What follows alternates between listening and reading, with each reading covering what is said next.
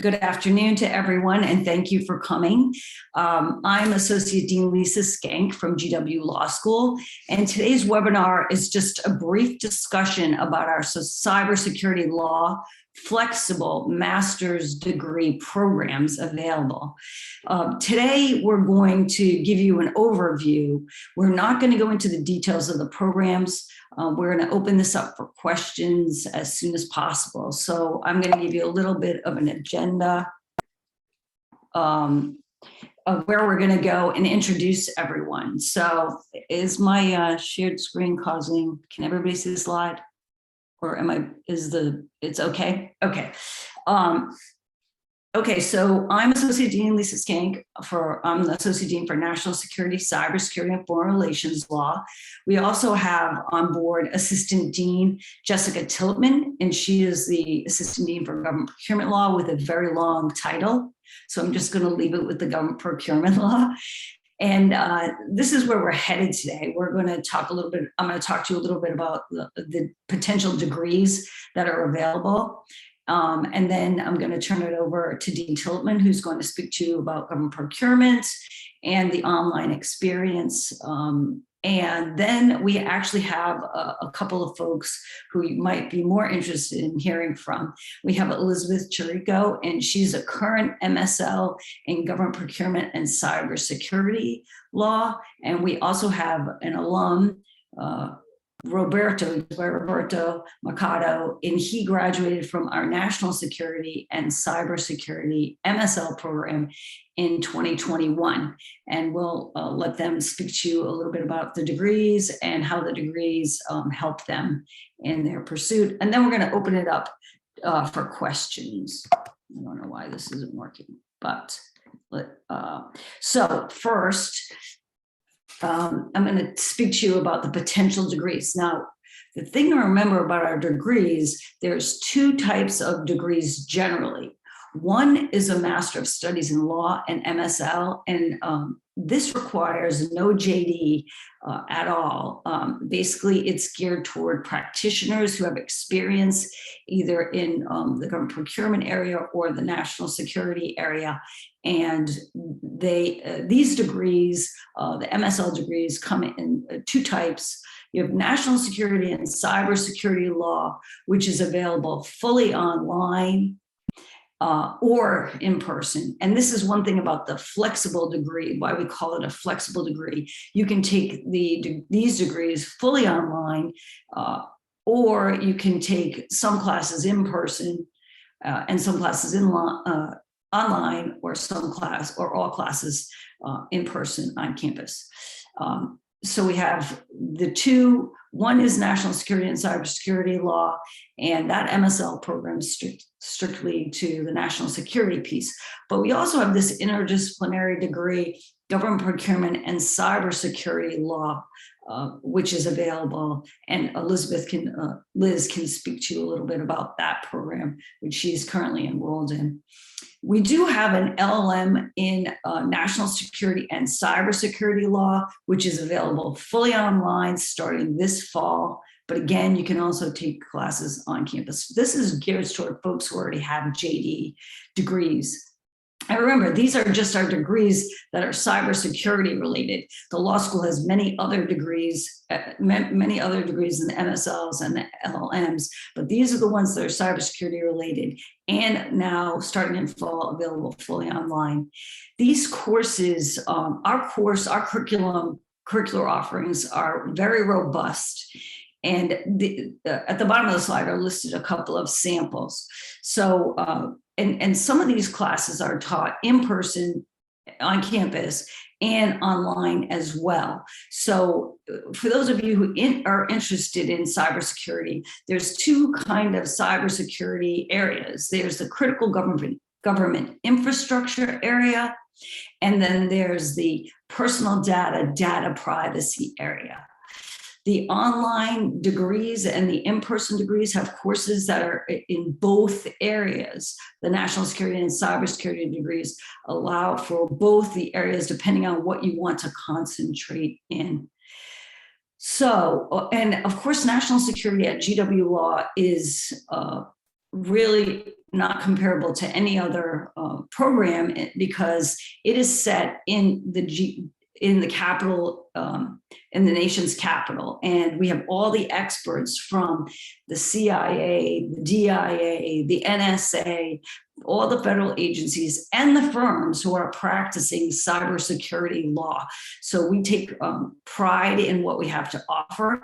We have the courses that were created by these experts, and they are teaching them in person as well as online. So you could get the experts online who created the courses with a developer. So that's kind of an overview of what's available, what's out there. And now I'm going to turn this over to, oops, is that it? Yep, that was it. Okay, so now I'm going to turn it over. I'm going to put us back over here. And now I'm going to turn it over to Assistant Dean Tillman, who's going to talk about the interdisciplinary degree, Government Procurement and Cybersecurity. And she's also going to give us a feel for online because she is actually an expert in anti-corruption, and she also teaches in person and online. And so she can help us learn a little bit more about how that works. Thank you, Dean Skank, and who is also a very impressive scholar in her own right. So one of the benefits is that you get to learn not only from the people that are guiding you through it, that would be us, but you also probably will be taking our classes when you attend as well. Thanks to everyone for attending. This is just a little bit about the degree, our interdisciplinary degree in government procurement and cybersecurity.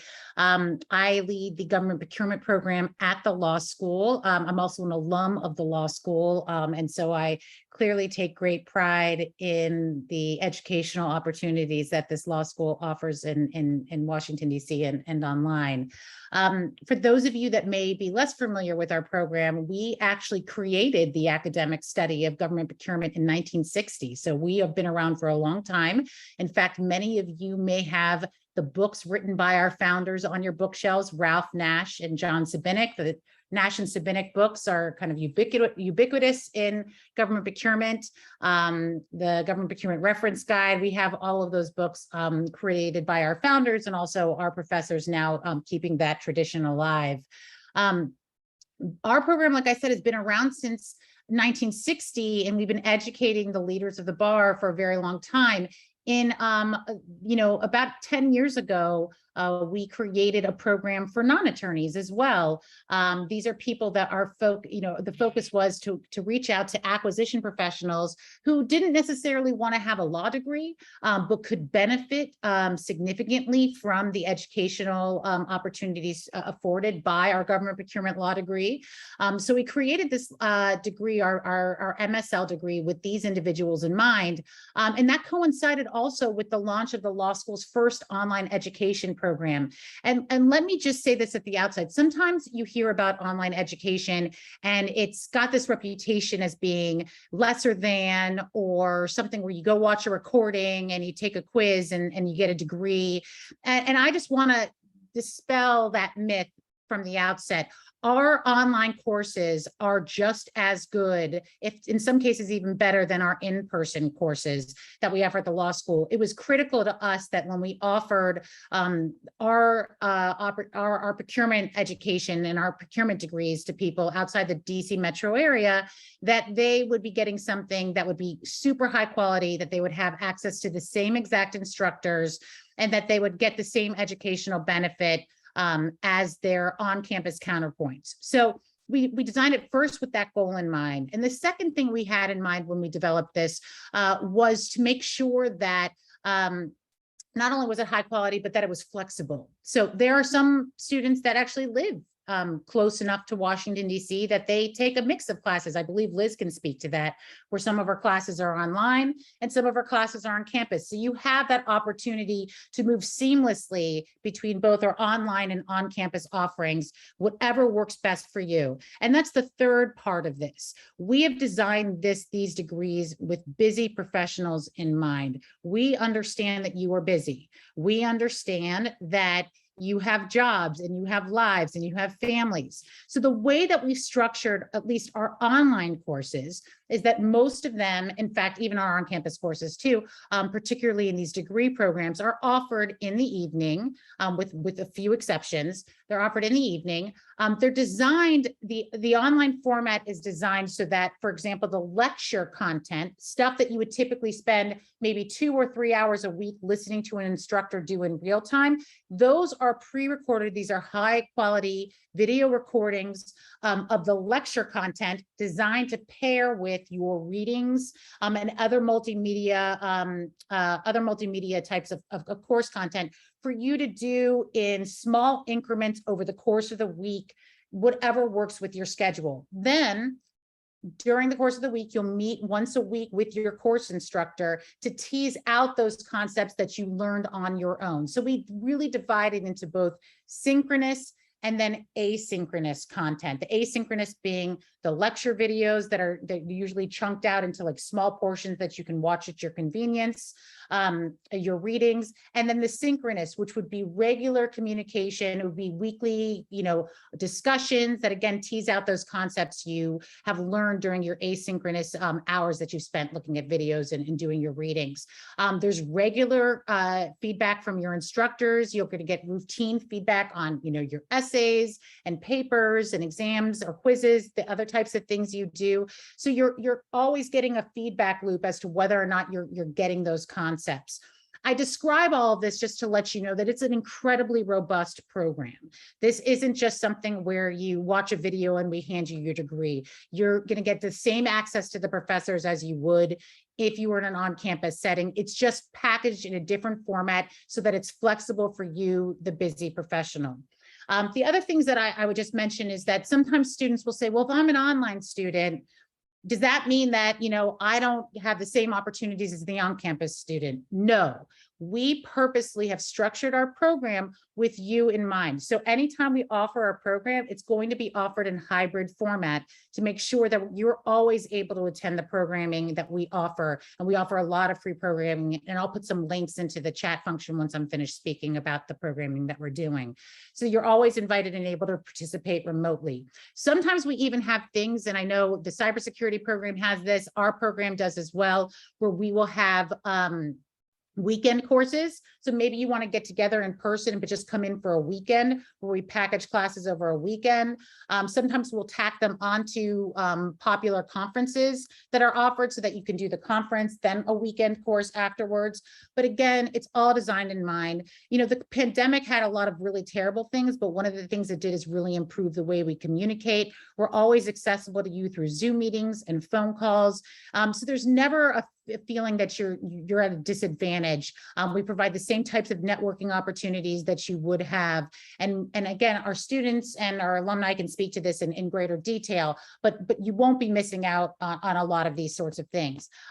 Briefly, I will just mention this. As far as the government procurement and cybersecurity degree itself, two areas that are incredibly in demand, both through legislation passed by Congress and executive orders passed by various administrations, not just this one, but in previous administrations, have highlighted the importance of having trained, specialized employees, people that understand cybersecurity. There's a significant demand both in the government and in the private sector, and particularly in that overlap between government procurement and cybersecurity. This is a marriage of two highly in-demand specialties, and truly the opportunities are limitless in this area. There are more opportunities than people to fill these roles, which is why this degree was created, and why our cybersecurity degrees were created in general. So if you have specific questions about that, we're happy to answer those. And before I turn this over, the last thing I just want to point out is that, and I would hope Liz can mention this as well, not only do you have opportunities to grow professionally, the people that tend to participate in our MSL programs really want to seek ways to either rise within their own organizations or even seek greater employment opportunities. We've even had MSLs recruit each other from classes to come into new jobs because there's so many people, impressive people in the classrooms along with you.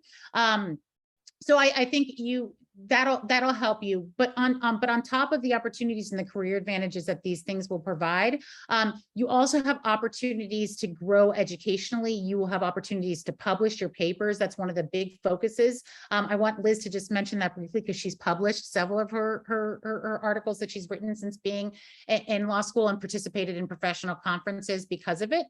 So it's not just about your job, but also you and your own personal brand and growth based on these programs. So I don't want to talk too long because the stars of the show are about to come on. So I'll first introduce Liz Chirico, who is a candidate for our MSL in Government Procurement and Cyber degree.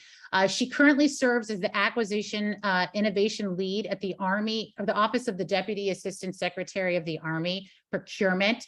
I will tell you right now, the work she's doing with AI and intelligent automation is incredible.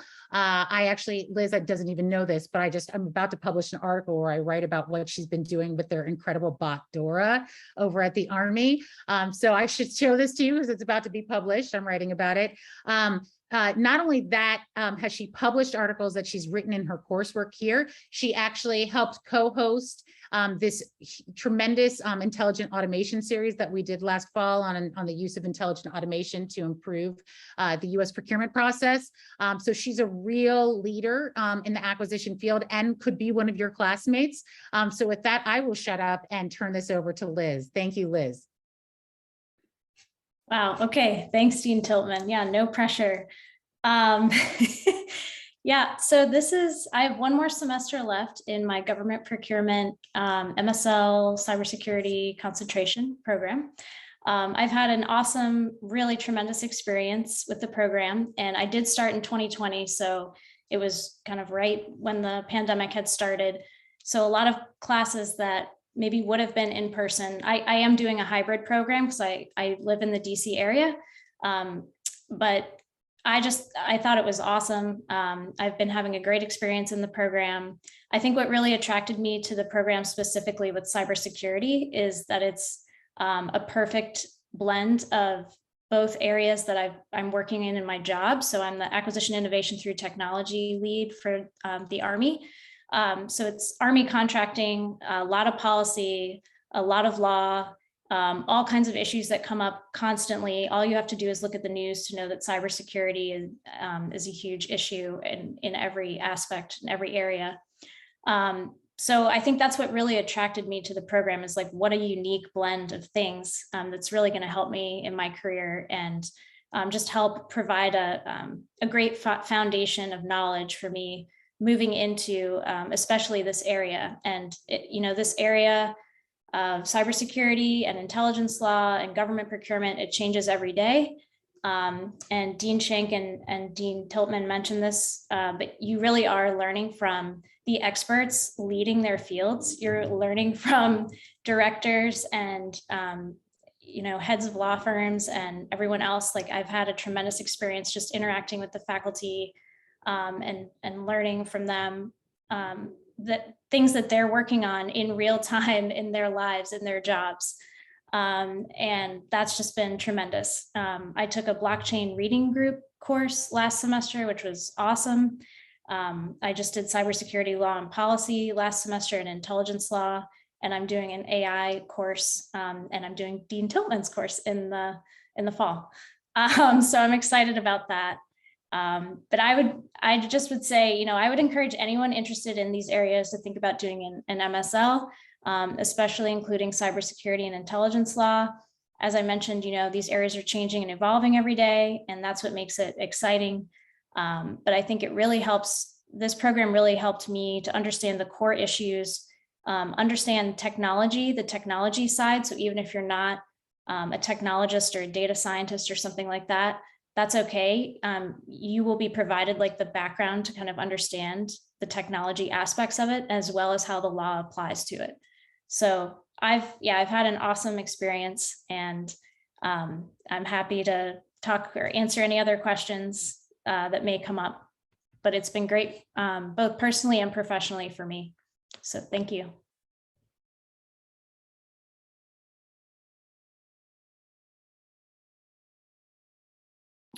Okay, thanks, Liz. Really appreciate that. I forgot to mention, if you have any questions, just put them in the chat. I'm right now going to put in the chat the GW Law National Security link for our degree programs. But if you have any questions, just put them in the chat. We'll go ahead and address those. We're going to turn now to one of our alumni, Roberto Mercado. He actually graduated in May of 21, and he actually is in the Department of Defense. I guess he's a special security. He's a special security representative, and he actually was my security officer in when I was going through my clearance process. That's where I ran into him at the time. And he is now, based on his degree in national security and cybersecurity, his MSL. And again, he came to us as a former Marine with some educational background, but a huge amount of experience in the national security field. And he did not have a JD. And when he came to our program, he hit the ground running. Again, you've taken the classes with LLM students and JD students, and he was a superstar writing papers with many of our experts in the field from the NSA. And he now, in his position, I'll let him talk a little bit more about that, but based on his degree, they've put in his hands the training for cybersecurity in the department. And he's also working on standardizing what we call the SCIFs, and those are the secure facilities throughout the Department of Defense. So I'm very, very proud to say he's one of our graduates. So Roberto. Thank you, Denise Skank. Thank you, everybody, for having me. So I wanted to wrap my hand around on what it was that I was going to say in reference to why I chose this degree. I think I want to try and see if I can follow behind Liz. So I wrote it. So I basically consider myself a property manager of information in reference to dealing with the Code of Federal Regulation and National Defense Authorization Act and the Executive Order 13526, right? That's what controls everybody's access to be able to access everything from data to facilities. So based on what the Director of National Intelligence does and his implementing guidance in reference to protecting those equities, I deal with the national defense, national security, and cybersecurity. So my background prior to coming up back to NCR and outside of my uniform, I worked the Guantanamo Bay portfolio. So I was surrounded by lawyers for about 10 years who never asked me questions that they didn't already have the answer to, and normally prepared me to be diced and spliced in the middle of a courtroom. I did not enjoy that. So not having a JD really was something that I wish I would have had as a senior intelligence official.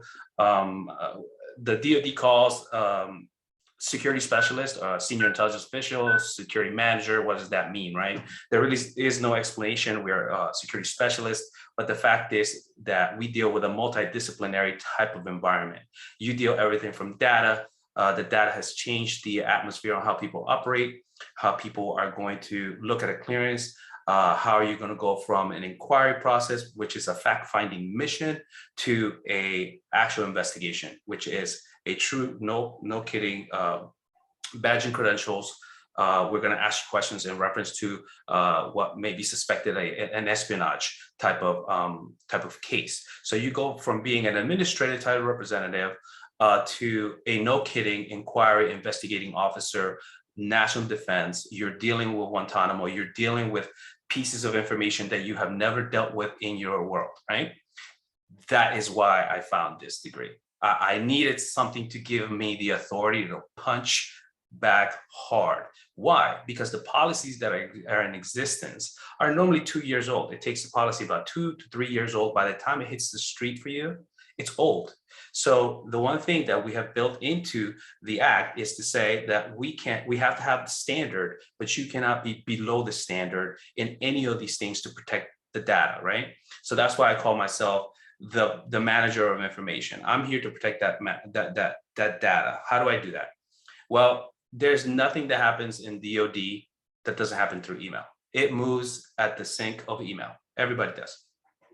So that information travels very fast, and it's going to travel in two things. It's going to travel information systems orally or through what is known as policy, right? Everybody's going to reference that policy. So why did I pick the national security one and the cyber one? It just makes sense to me. It put everything together for me. I could answer questions that Dean Skank may have had as a judge. I could talk to judges. I could talk to law clerks. I could talk to the agency. I could talk to individuals that had questions that were so far off the reservation and bring a legal context to it today, because I can put a framework of being able to speak to something that Liz may be dealing with in AI and how it's going to be introduced into a facility, how it's going to be utilized by those that have access to it. Why do you have access to it?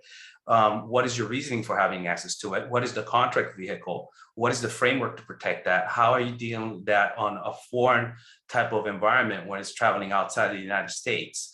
How are we protecting that when it does get out and Google gets it? When is it posting in Washington Post? Is it real or is it not? So these are things that you deal with from the national security and national defense apparatus in a cyber environment.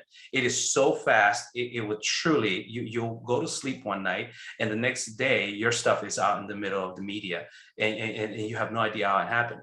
And so how do you protect once that data is out, right? How do you protect the established apparatus of being able to say and to speak to that from a legal perspective to continue to protect the national defense?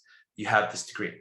You can truly think through things. For me, one of my most surprising experiences in being able to be taught and put into a framework was to deal with John Altenberg, who taught me national security. Well, it turns out that he was a convening authority for the commissions in Guantanamo at the onset of all of this. To sit in front of the person that actually designed the first convening authority in these offices and to be able to say, this is why we're doing the things we're doing 20 years later. And you figure all this stuff out, and you can tell yourself, well, I too can do the mitigations that this individual has not only proved have worked because the process is still here, but I can also take the cyber apparatus, bring it into the forefront, leverage it in front of my boss and those that are interested, and say, I don't have all the answers, but here's a mitigation while you figure out your policy. And it's based on the defense of the country and its information. This is how we're going to protect it. That's what this has done for me. So the law school experience is exactly that. I was surrounded by people that would challenge my indoctrinated information that I have held and how I've made decisions on behalf of the department and in order to protect that information. And in sitting in these classes, sitting with John Altenberg in his classes and listening to espionage cases, it does give you the ability to sit back, stand back and listen to these lectures and really have the ability to ask questions on how it is that you frame your thinking. Right, because that's what this did for me without having to go through the pain of the JD. It really, I would take classes, I would listen to a course and implement this the next day. And it was great because I really had something to sit on and be able to speak to, well, it says this in this case, this is how we did it in this espionage case back here, or this is how it was mitigated here. So the experience in itself, hybrid and in the school, was amazing. You're surrounded by individuals that really do have experience that, like Liz, take it back to the department and they put it to play. You know, you would take this information and you would utilize it because of the environment of what it is, right? If it has cyber at the end of it, and if it has defense in it, you're going to use it. You're going to use it immediately. The impacts on my career is that today I've been designated as an agent of change. Right, so I get to complete the training for individuals that are going to be dealing in this environment, everything from signing your SF-312 where you go into government work to actually being able to look at a contract vehicle and see why it is that AI is going to be introduced into my information systems, right? Because you have those information systems that require vetting and require for you to understand what it is going to happen when something happens from a contract vehicle or perspective. It also allows me to be able to look at the cyber developments in the future and be able to look at a cloud infrastructure and question the legitimacy of what it is that you're going to be introducing into not necessarily the information, but the actual peripherals into where are they being developed, who touched them, what kind of mitigations have you taken, et cetera, right? So there's all the implications of the data, but how do you protect the data? How do you protect the facility? And from a legal framework, how do you present that to the OGC who's going to kill your plan if you don't already bring it? And because of this background, I'm able to write product that will seldom be questioned by OGC. And I don't go through one OGC, I go through various OGCs, and I find it that they treat me as a colleague who understands the law and the requirements, and not necessarily make it easier on me, but they absolutely respect what I have written, and they know that it comes from a place that has been researched, and that I have reached out to a network where I have questions for individual products that I may be producing. With that, unless you have any questions, that's pretty much it. Thank you. So I think I would just say, if you want to go ahead and start continuing to put questions in the chat, or feel free to even raise your hand and ask questions out loud. If you have one for either one of our, any of us, frankly, please go ahead and do so. So we did get one question that dealt with the concept of kind of what's full-time, what's part-time, how many years does it take? All of our degrees, both LLM and MSL, are 24 credits. Sometimes students will take classes full-time, and generally that means when we say full-time LLMs or MSLs, they're taking around 12 credits per semester to get to that 24 credits, and they do it typically during the fall and spring semester. Sometimes, most of the students that are full-time in their LLM or MSL they're the minority, and they're usually being sent by the government, usually for a year. It's not everybody, but it's the majority of them, or they're international students that come here for a year. And so they'll typically take 12 credits in the fall and 12 in the spring, or they might even go and take the 18 months, depending on, visa allowances, or if the government allows them to finish up over the summer, they might just take a few extra credits over the summer so they can take 12 to 18 months. The majority of the students in our LLM and MSLs that are non-international, or typically that are working full-time, are going to be part-time students. And that typically takes them 2 to 3-ish years to do it. They will typically take, I don't know, Liz, you probably take what, 6 credits a semester, maybe? Yes. Yeah. 5 or 6 a semester. Yep. Yeah. And it depends. What I usually recommend when you start, when you enroll in the program, is that you start on the low end. I always tell students that are part-time, start simple and then figure out what your tolerance is. And you can always increase credits and do like a heavier semester, or take extra credits over the summer. We offer enough courses in the summer so you can pick up some credits there. So it really is, it's flexible. Again, I also like to remind students that we understand that life happens to you. And so sometimes people will say, well, look, I'm getting married this May. So, all right, you know what, maybe your spring's a lighter semester, or I'm about to have a child, I'm going to take it lighter. So we find that students look like this when they're doing it. Some semesters, they take more. I know with some people that work for the government, they'll often time heavier loads with the fiscal year so that they're taking it on account of, busier semesters. They take into account their work schedules as well. So I encourage you to, really take that into account. And one of the things I want to also mention, and Dean Skank can second me on this, we're really big on every single student getting personal career and educational counseling, so that everybody's schedule and everyone's kind of curriculum is tailored to their own unique needs, so that you get in and we work one-on-one with you to make sure it fits where you are. We meet you where you are to make sure you're comfortable, because the worst thing you can do is take too many credits and then feel overwhelmed. And we never want that to happen.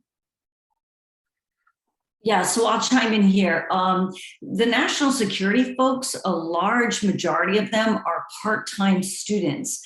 Many are working in some federal agency and they want to move to a national security federal agency. We have, Molly had a question about the GI Bill. We have many folks who are getting GI Bill benefits, and VA benefits, and GW Law is a matching school for VA benefits. And so that's helpful. And a lot of our folks are using those to take classes either in the evening or in the online setting so that they can get their degree while they're still working. I think Roberto took his degree in a part-time setting and then ended up taking, additional credits. But yes, we do the BA and military. And we have an entire office on military and veteran services. And I have to say that they were amazing. I know that I had some very difficult times during the fiscal year and try to get stuff in. There's these waves that come in, and the school was absolutely accommodating and letting me work through all the deliverables. So the instructors absolutely understand that, and they're able to accommodate your individual schedules. At least for me, it was a godsend. It was one of the reasons why in my past experiences in the career was that I couldn't accomplish a lot of these schools because I was either deploying, I was in another country, or I would start something and you can never really finish it. You have to go. But that was not the case here. And the ability to be able to connect to an instructor who could talk to you and you can ask questions was invaluable. So it is absolutely something that can help you. One thing I want to add, we got a question from Esteban about externships. And let me just say, if you're interested in externships, you come to the right school. If you are based in DC, we are the home of externship and internship opportunities. We have more relationships. I would even say domestically and internationally with organizations than just about any school. I will also say is one of the things I'm working on, and I know Dean Skank is doing similar things with her programs as well, is to come up with creative opportunities for students. For example, if you already work for the government and you can't necessarily go work for an agency for an internship. So we're coming up with practical experiential opportunities. I know Liz can talk a little bit about that series that she did where she got credit for the work she did with this incredible series and the resources page she created. So that's one of the really cool things about these programs is that it's personalized. So when you come to us, we'll say, well, okay, well, this is exactly what your area of interest is.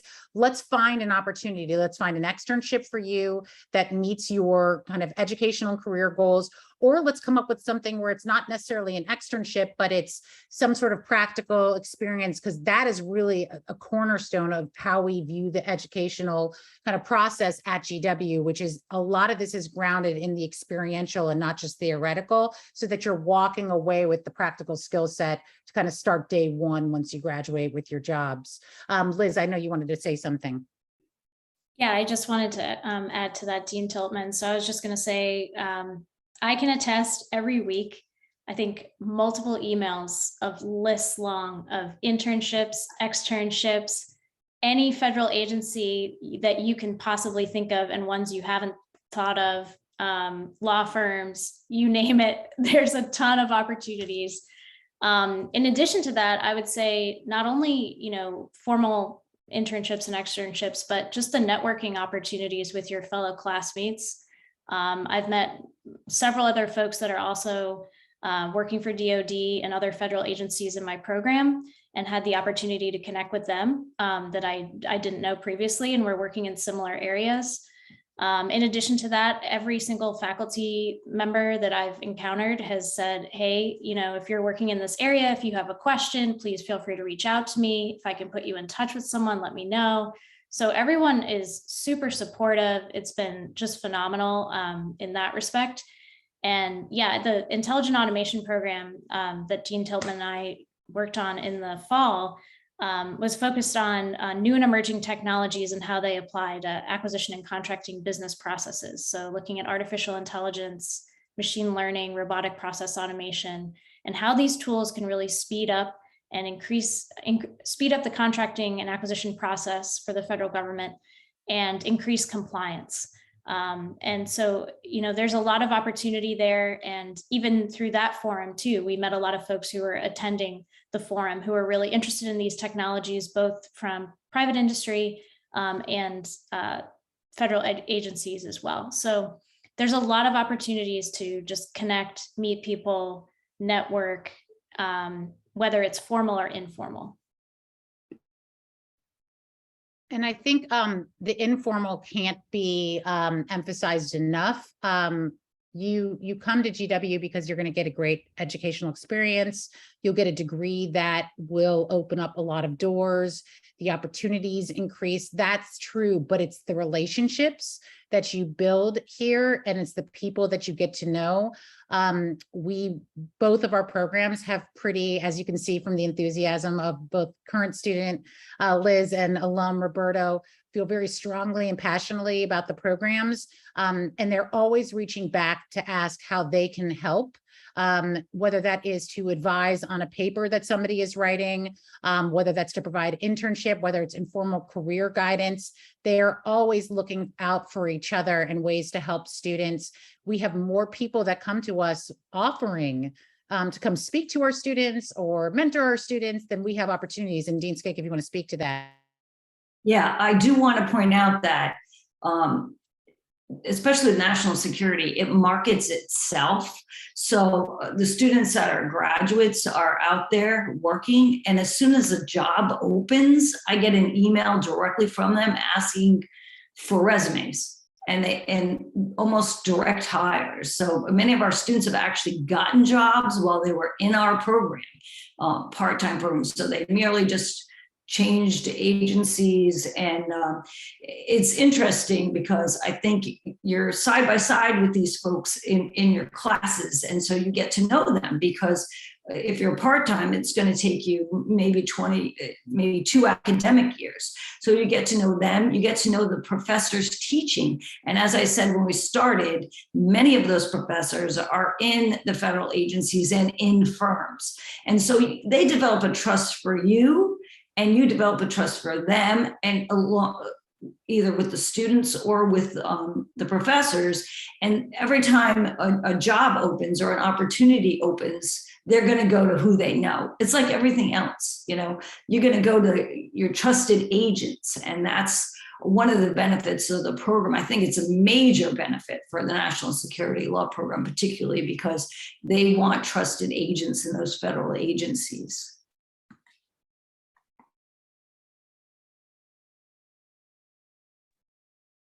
Any other? We're having a love fest for Dora, the AI bot from the Army, in the chat function.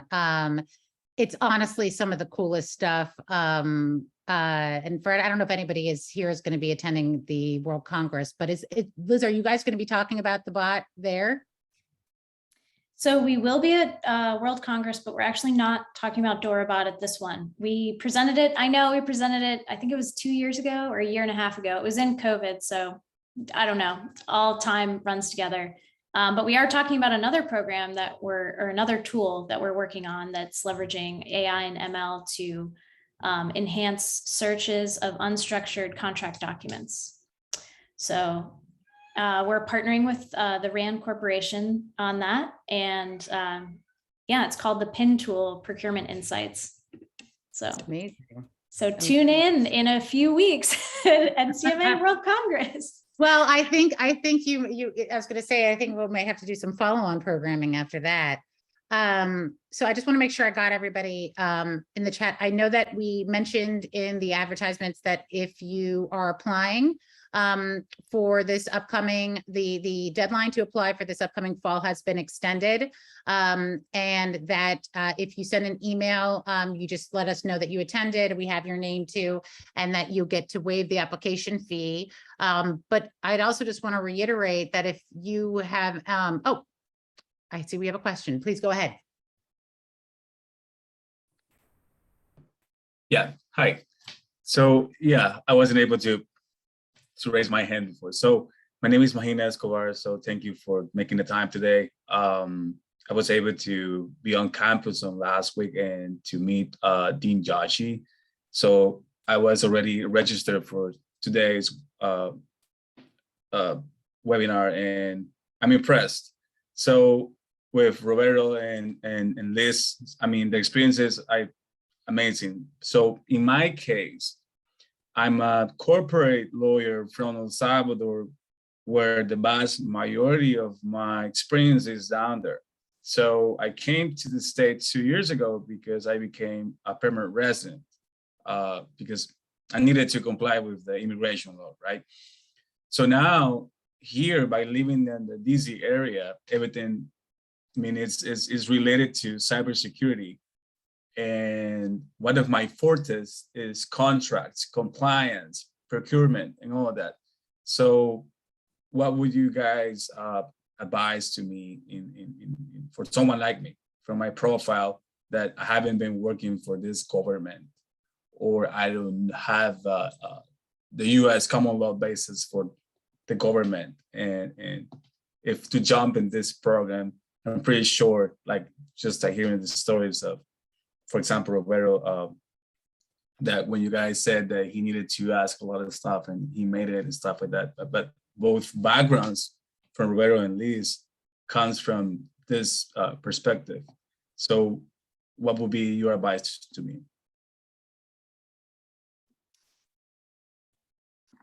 So if I hear you correctly, you're looking at an MSL degree. That means you don't have a JD, right? Well, yeah, that's an interesting question, because I'm a lawyer down there, and I'm also bar in El Salvador. So my understanding will be that, yeah, and I have a lot of practice as a lawyer. So I understand I have to submit those documents here, but I understand I'm able to apply for the LLM.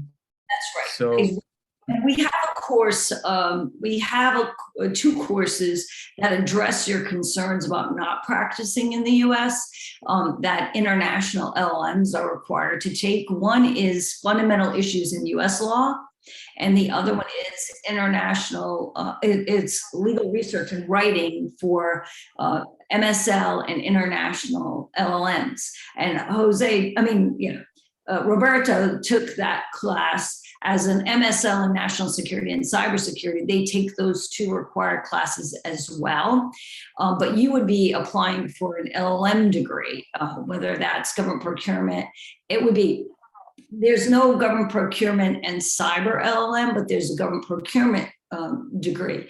If you took the National Security and Cyber LLM, I could authorize you to take government procurement courses towards that degree.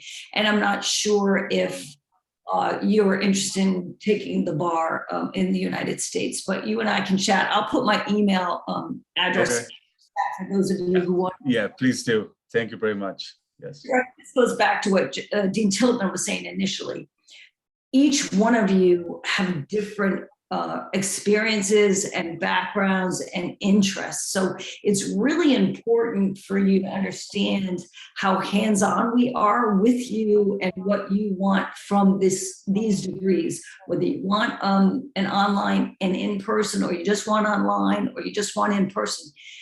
Each one of you requires either me or Dean Tiltman or Dean Joshi to talk to you initially to address what classes you'd be interested in taking. And I think Jose and Liz can attest to the fact that we're hands-on with you to assist you. And I'll go ahead and put my email in the chat for those of you who would want to reach out to me. Okay, thank you very much. I would also just add that one of the areas where we see a lot of our international students go find opportunities is the World Bank, which has a procurement section and gives priority to non-US citizens. And we have found that we have abundant connections within the World Bank, and actually a lot of the multilateral development banks, to provide opportunities for students that might, maybe if you're, because some of the externships would require citizenship. We find that we've had a lot of success with the World Bank and students getting kind of practical opportunities there. And the other piece is, again, I want to stress this, things shy of externship experience are what I call kind of these practical opportunities. Sometimes people refer to them as practicums. That's a more formal term for it, but really finding projects that are credit eligible that we can work with you individually to craft, so that if there's a particular area of interest, we could partner with an organization to come up with a project for you. There are credit mechanisms for that. As Dean Skank said, I can't reiterate this strongly enough. It's your personal path. And so our goal is to leverage, not only the resources that we have within the school, but externally. And I think Liz can speak to this, at least I can speak to this from the GovCon thing. When you become a student at GW, you have access to an incredible number of databases and resources. We have the largest procurement library in the world. We have the largest subscription base in the world when it comes to like resources. You get free news subscriptions, you get free memberships to all the leading associations. There are times when, and I know Liz can speak to this, where I'll call an organization because they'll have their annual conference and I'll say, that's great that you're doing this. I would like free admission for my students, or we'll buy it. I bought the admission for students to go to these things. So it opens up a lot of doors to you that you would not have previously had opened, because you're tapping into the resources we have both internally and externally for you. Right, we do on our career development website, there's actually a link called CORE, C-O-R-E, which lists paid and unpaid internships or externships, depending on if they're paid. And every time I get notified of something, and I just got one like from USAID for like 3 paid positions starting fall 22. We send it out on the student listservs immediately. The National Security Law Association, the Military Law Society, the Veteran Law Students Association. Dean Tillman has her student groups as well. We send it to the student groups blast it out there, but it also goes up on CORE. So paid jobs are on there, and you can go there and just look around to see what there is and kind of gear where you want to go and what you want to do by looking what's available. Okay, thank you very much. Dean Skank. And to Majin, just to answer and to give you a little bit more perspective, my experience was that I dealt with a lot of international students who were actually lawyers in their own right, and were going through the LLM side of the house. And I can tell you from the perspective of national security and cyber, for me, it was a great way to also understand how they do business, because I do something that's called foreign government information, and that's the sharing of information between allies and individual countries on what can and cannot be shared. So understanding the laws that may be particular to El Salvador, I did not know that, right? So in being able to be having these interactions and stuff like that, it helped to be able to understand how other laws apply. Maybe the same laws apply in another country a little bit different. So having that perspective of having the international participation of other law students really gave me a good understanding of how I could approach those individual issues when it comes to the national security and cybersecurity, because as you know, cybersecurity doesn't stop in the United States, right? It's going to be something that you're going to deal with the European Union, and how do you share that information, and how do you share cryptology, right? In El Salvador and in Honduras is completely different.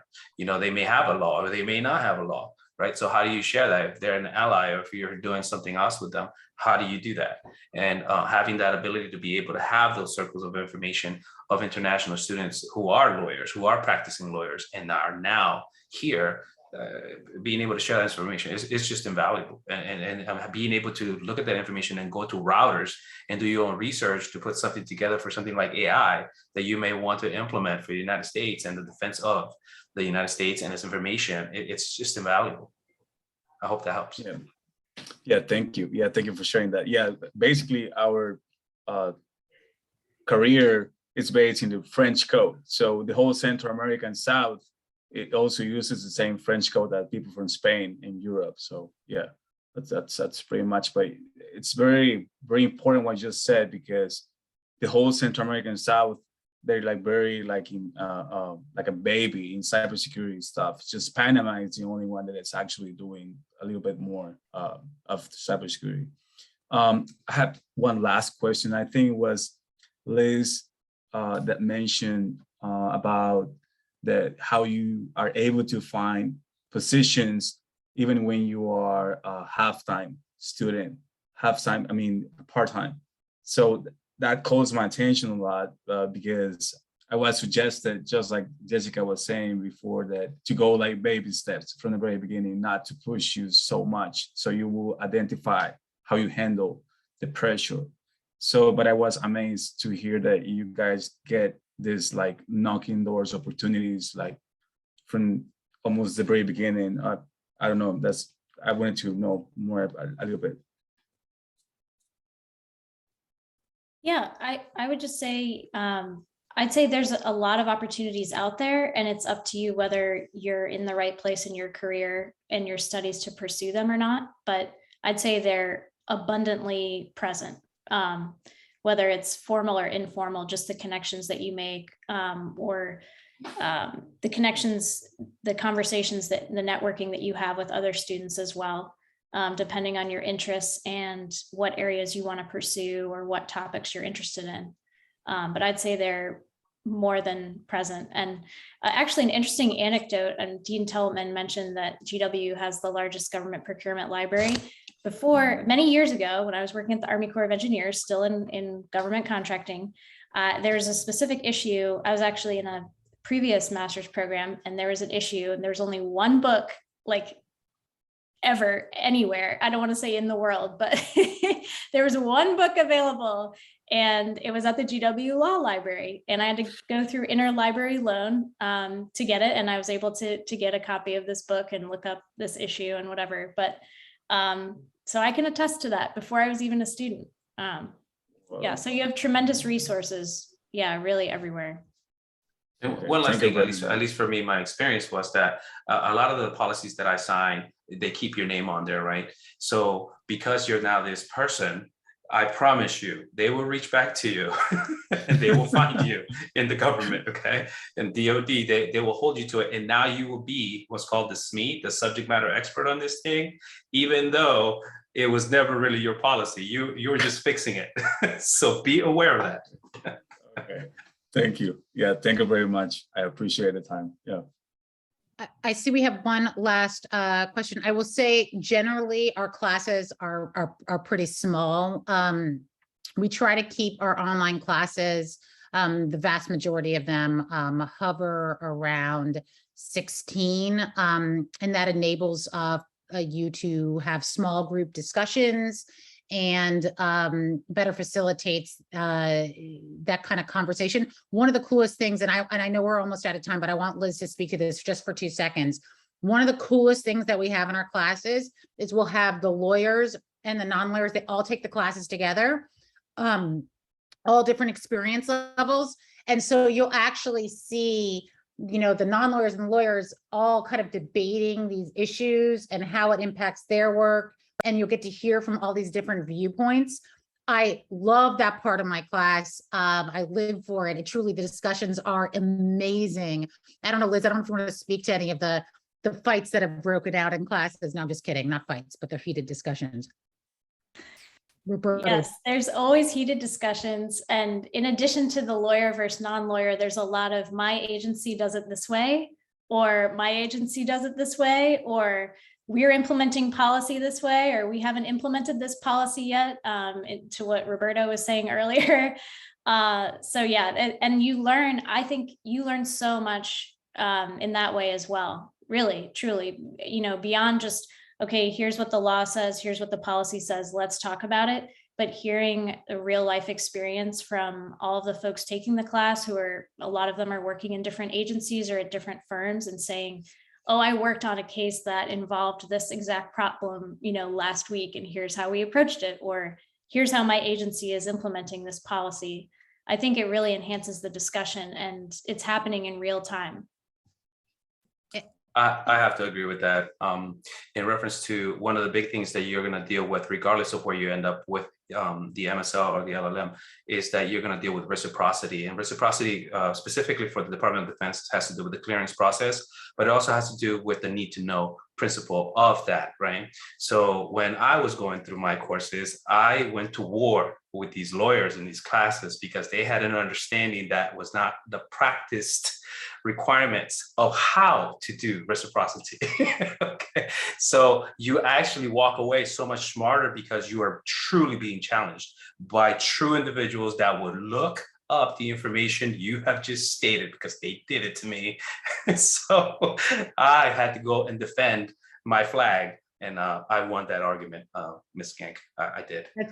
That's amazing. And you know what? We learn from you too. I had to testify before Congress about 2 months ago, and I so desperately wanted to come into class that the semester was over to talk to the students about the subject matter. Liz, you'll get that in the fall. But it's really, we learn from you just as much as you learn from us. And it's really a thrilling experience to witness these conversations and be a part of it. Do not want to take up more of your time. I know we're out of it. I will just say this, we put information, Dean Skink, did you put information in the chat function? She's put her contact information. Yep, I put my email in there. And I put the link to the course, the degree programs. I just wanted to say thank you for our students and alumni for coming, for all of you who joined us. We are available to you if you have any further follow-up questions. Again, that deadline for this upcoming fall semester has been extended. We also have a January start date as well, if you're not able to start by this fall, but interested in starting in January. I will thank you from the Government Procurement Program, and I will turn it over to my colleague, Dean Skink, to take us home. Yes, thanks to all of you. And we're here for any questions. You just email us.